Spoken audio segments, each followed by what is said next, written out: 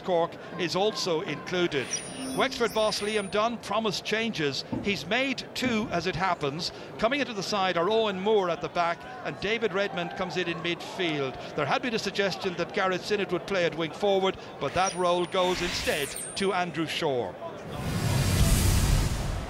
The referee is Cathal McAllister from Cork, and this is where there is no room for failure. It's a case of survival to get into Monday morning's next round of the qualifiers in the hurling championship.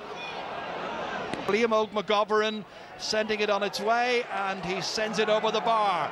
A good start by Wexford. Paul Morris got a great ball in, picked out Rory Jacob, gave it back out to Liam McGovern, and that's a great start for Wexford, an excellent score. And this is Keith Rossiter. Great warrior that he's been over the years. Clever ball down there as far as Podge Doran, but it runs a little bit too far from, keeps it in. MacDonald strikes, and that one has gone in. It's a goal, deceiving the goalkeeper at the near post. Conor MacDonald gets his third ever championship goal, and it comes in the 10th minute. Oh, that should have been stopped, but look at the gaps here, Liam. Yeah, you know, they've been really caught unawares here, you know. I mean, Podge Doran ended up inside all on his own. Ball eventually broke to Conor MacDonald. Again, he had a chance, he actually fumbled the ball, got the chance, and a shot that you would have expected Pat Kelly to deal with. He'll be very disappointed with that. This is in over the head of Conor Ryan this time, and Liam McGovern again breezing in here. Cian Dillon's after him, can't stop him, and once again it's in the back of the Clare net. Pat Kelly beaten for the second time. McGovern's second ever championship goal comes after 16 minutes. That's an absolutely fantastic goal by Liam McGovern. You can see there, you know, he left Cian Dillon in his wake and struck a rasp at the back of the net, gave Pat Kelly no chance on that occasion. And you know, Liam McGovern has had a wonderful start. He's got 1 goal and 2 points in this game so far. This is the craziest start to the championship you could possibly imagine for these two teams here in Ennis in this qualifier match. Huge one down towards Conor MacDonald. Waiting for the breaks here is Rory Jacob, and Jacob blocked well. Chance again, however. Oh, well saved this time by Pat Kelly. There was a point for the taking, but Rory Jacob fancied a goal. Great save by one in by Pat Kelly, you know. Really, in essence, has kept them in the game with that save. And Clare are slowly but surely getting themselves back in the game, but they've played second fiddle to Wexford in a lot of this first half. Podge Collins picks it up for Clare in the change strip. Back in here. Once again, it's Conor McGrath, and McGrath trying to get it inside the right-hand upright, and he's done exactly that. Great score. Last 5 points of this match have been from Clare. You know, the inside forward are really starting to get on top in there.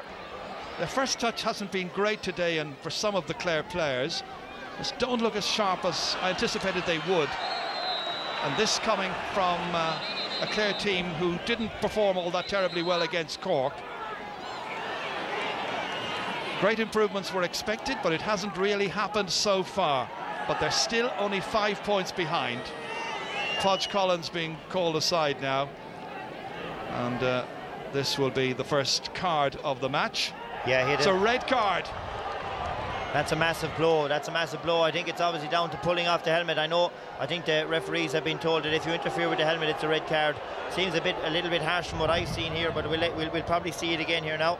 Here it is. Well, he pulled the helmet. That's exactly it. He pulled the helmet.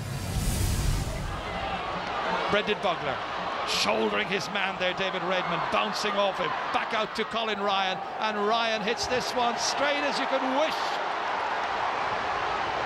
7 points for Colin Ryan, the first and this latest one from open play. Matthew O'Hanlon. We're in 90 minutes into the second half. Anybody's match really here at Cusack Park in Ennis. Eventually it's picked up by Tony Kelly. Even his own pals didn't know that he managed to steal that one away, and he's finished spectacularly. Wow. And now there's only 2 between them. Third point for Tony Kelly.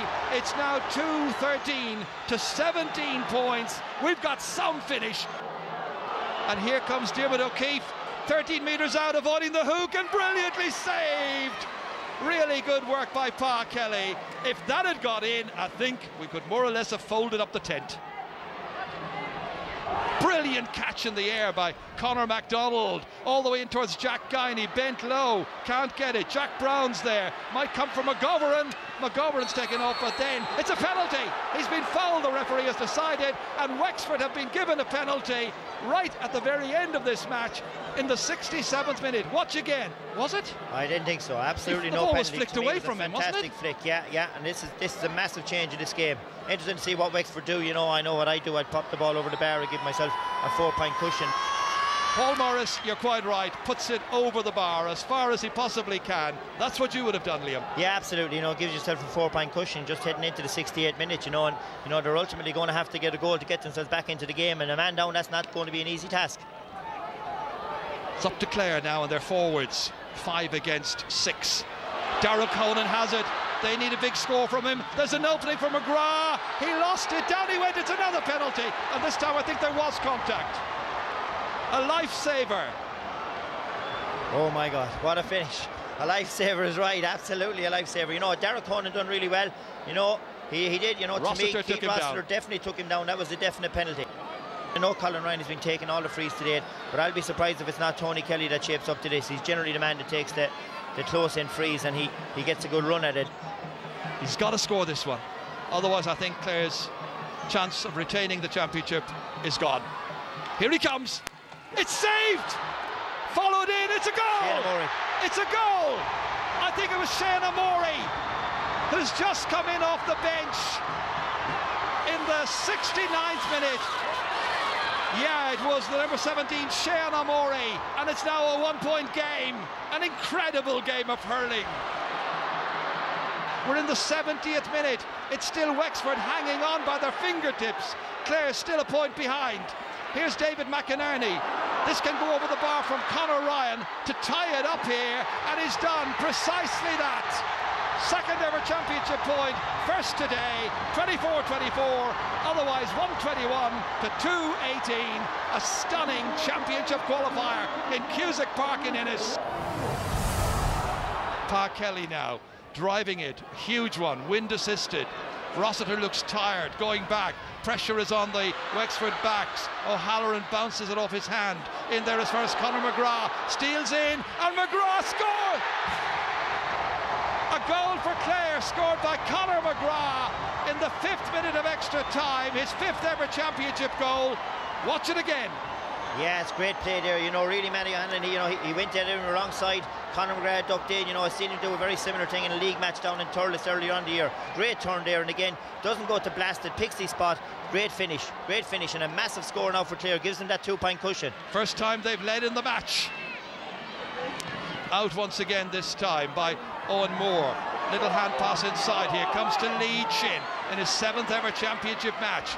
Former dual star, concentrating on hurling, and why not with finishing like that? It's his 3rd point of this championship and the 2nd to come in extra time, and once again the teams are level, 221 to 221. Morris still soloing forward. They try to intervene there, going across to try and take it with Shane Golan, but it's back with Diarmuid O'Keefe, and O'Keefe sees it come back towards Jack Guiney. Guiney twisting and turning. There's a chance here. Well saved by the goalkeeper. Well, he might have been culpable for one of the earlier goals, but he stopped an absolute bullet there and kept Clare very firmly in the hunt for the next phase of the championship. See, came off the post. Jack Guiney was first to react, got around David McInerney, but again, Pat Kelly, he might have been disappointed with the goal he conceded in the first half, but since then he's made 3 wonderful saves. 224 to 224. The next score is surely a winner. Conor McGrath for Clare, the 2013 All-Ireland champions, steadies himself, makes a better angle, knocks it over and puts Clare in front at a telling time in this match. He's got a goal and 5 points. Ever the star. What a performance by a really cool performer. Is there anything left in Wexford? They're behind by a point. They get the next chance. It's Paul Morris, and Morris puts this one over the bar and levels it up. His 10th point. An absolutely terrific contest. Full credit to all concerned. The referee has blown his whistle. It ends level in Cusack Park after a titanic struggle between the All-Ireland champions and the men from Wexford. We had absolutely everything here today in Ennis, bar a penalty shootout. It finishes Clare 225, Wexford 225. Terrific.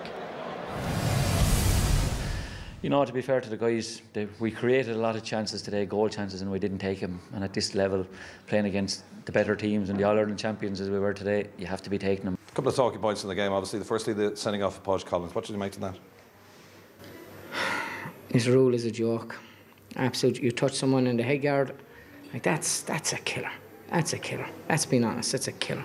He had to do what he had to do, I understand it, but I want to, Jesus, lighten up a small bit in that rule. You know, if you hit someone harder, if you give them a belt in the head, fine, fair enough. Putting your hand on their face guard, my opinion, I think this is ridiculous, what the story is. But listen, that's the way it is. He had to do what he had to do. That's what he's been instructed to do. I don't agree with it. All right, that's one element. Just